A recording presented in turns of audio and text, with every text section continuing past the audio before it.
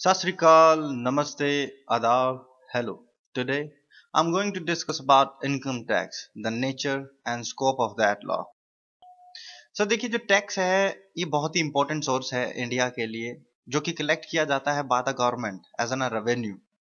Mostly जो contribution है ये बिजनेस क्लास द्वारा किया जाता है और जो कंट्रीब्यूशन सैलरीड क्लास द्वारा किया जाता है बहुत ही थोड़ा होता है क्योंकि इनकी फिक्स सैलरी होती है जिसकी वजह से इनके पास कोई अपॉर्चुनिटी नहीं है कि ये अवॉइड कर सके टैक्स को।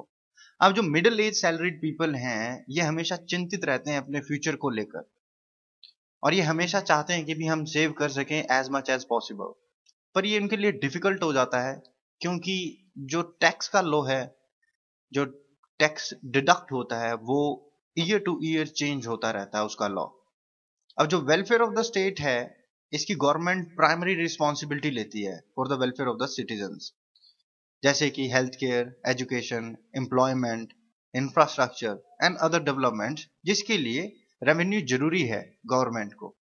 अब जो टैक्सेशन है ये एक प्राइमरी सोर्स है गवर्नमेंट का ताकि ये पब्लिक वेलफेयर एक्सपेंडिचर को आगे लेकर आ सके।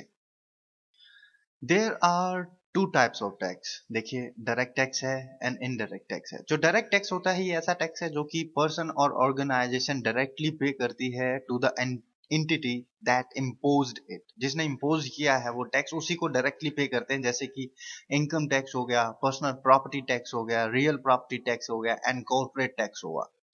इनडायरेक्ट टैक्स कहते हैं कि भी इसे डिफाइन किया गया है एक ऐसा टैक्स जो कि इम्पोज किया जाता है by the government on tax payer for goods and services render.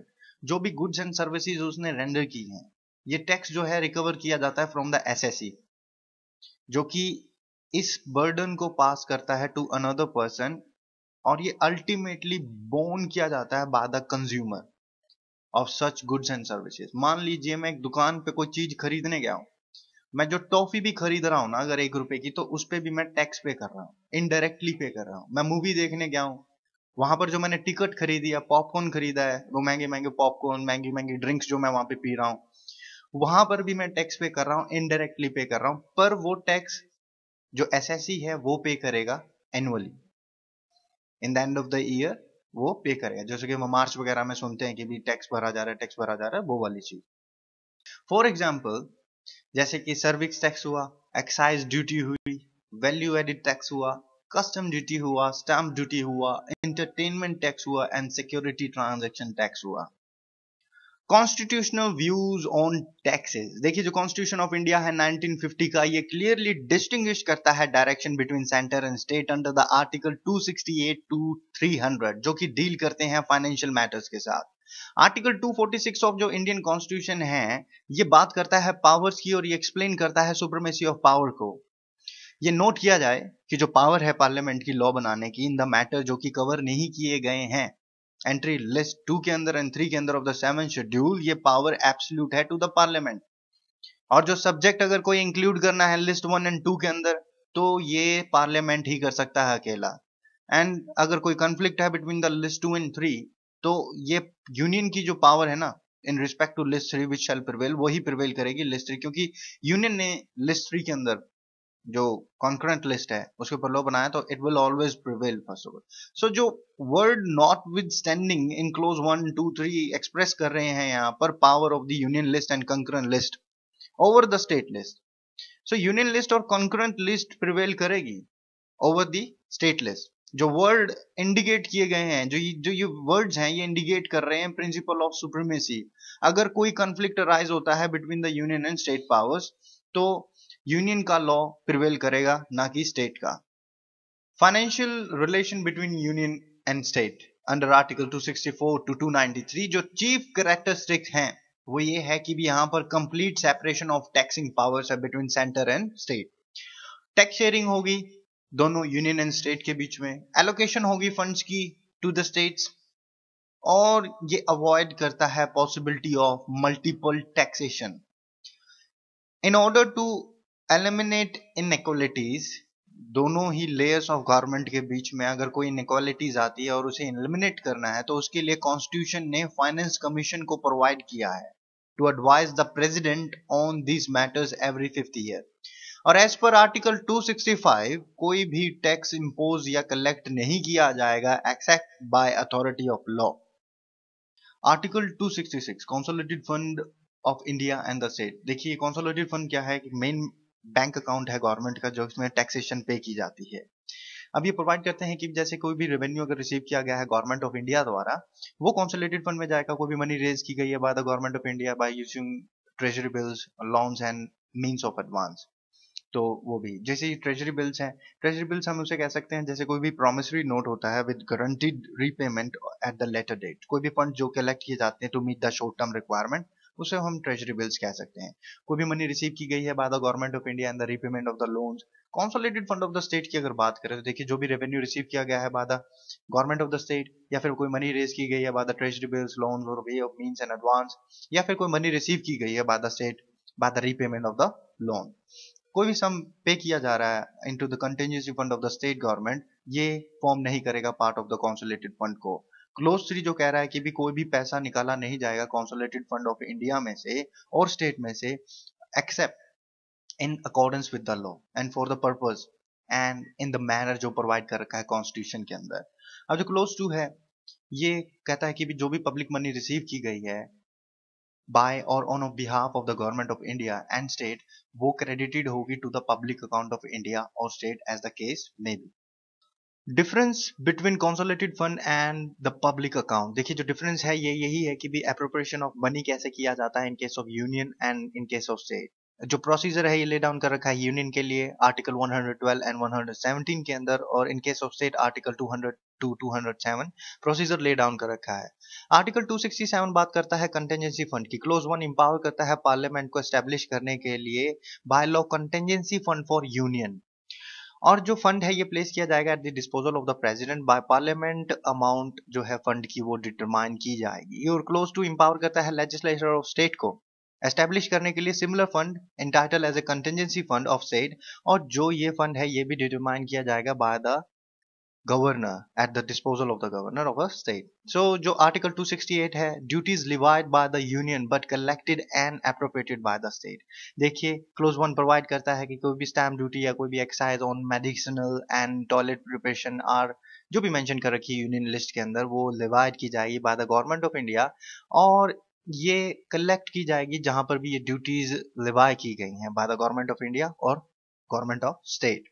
Article 268 insert किया गया था कॉन्स्टिट्यूशन की 88 अमेंडमेंट एक्ट 2003 के अंदर, जहां पर कहा गया है कि भी कोई भी टैक्सेस ऑन सर्विसेज हैं जो भी इम्पोज किए जा रहे हैं ये रिवाई किए जाएंगे bye the government of India and shall be collected by the government of India and the states.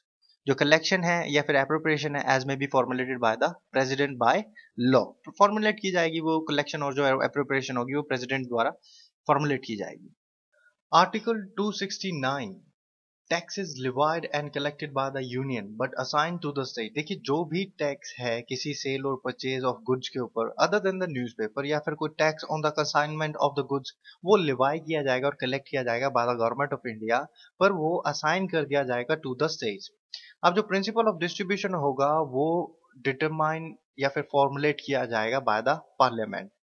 Close two जो है ये कहता है कि भी अगर किसी फाइनेंशियल ईयर के अंदर कोई टैक्स कलेक्ट किया गया है तो वो दे दिया जाएगा टू द स्टेट, पर वो कंसोलिडेटेड फंड का पार्ट नहीं होगा। आर्टिकल 269 कहता है कि भी या किसी तरह के लेवे या कलेक्शन हो रहा है गुड्स एंड सर्विसेज का in the course of interstate trade and commerce, वो डिस्ट्रीब्यूट कर दिया जाएगा between the union and state by the parliament with the recommendation of good and service tax council. भाई जो good and service tax council होगी उसकी recommendation के ऊपर डिस्ट्रीब्यूट कर दिया जाएगा between the union and state.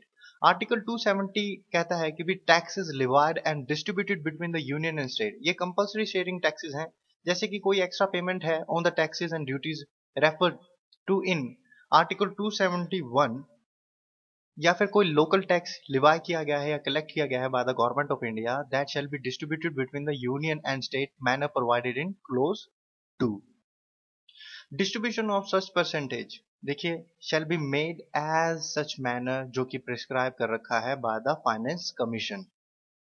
Article 271 surcharge on certain duties and taxes for the purpose of the union, notwithstanding anything contained in article 269 and 270। जो parliament है वो किसी भी समय इंक्रीज कर सकता है ड्यूटीज एंड टैक्सेस को by surcharge for the purpose of the union.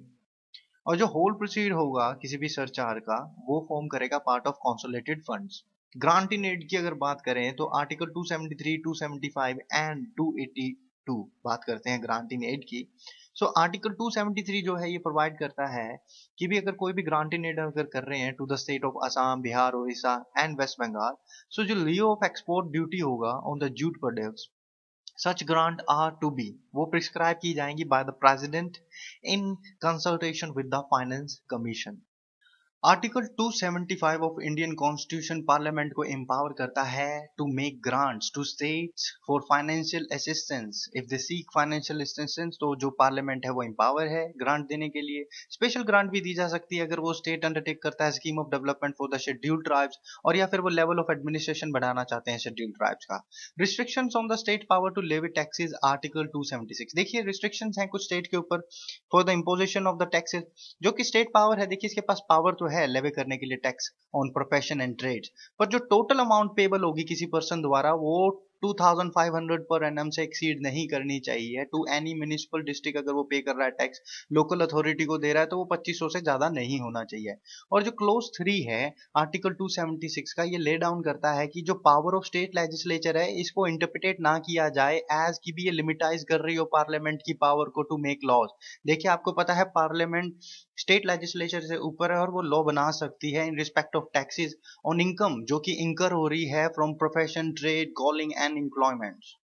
Restriction as to imposition of tax on the sale और purchase of the good. Article 286 restrict करता है स्टेट को किसी भी तरह का लॉ बनाने पे किसी भी सेल और परचेज ऑफ गुड्स के ऊपर अगर वो ट्रेड एंड कॉमर्स इंटरस्टेट हो रहा है, क्योंकि ये जुरिडिक्शन यूनियन की है, यूनियन बना सकता है लॉ इसके ऊपर। तो जैसे अगर कोई भी trade and commerce outside the state हो रहा है, outside the territory of India हो रहा है, तो पार्लियामेंट उस लॉ को फॉर्मुलेट करेगी जब भी वो सेल और परचेज ऑफ गुड्स होगी।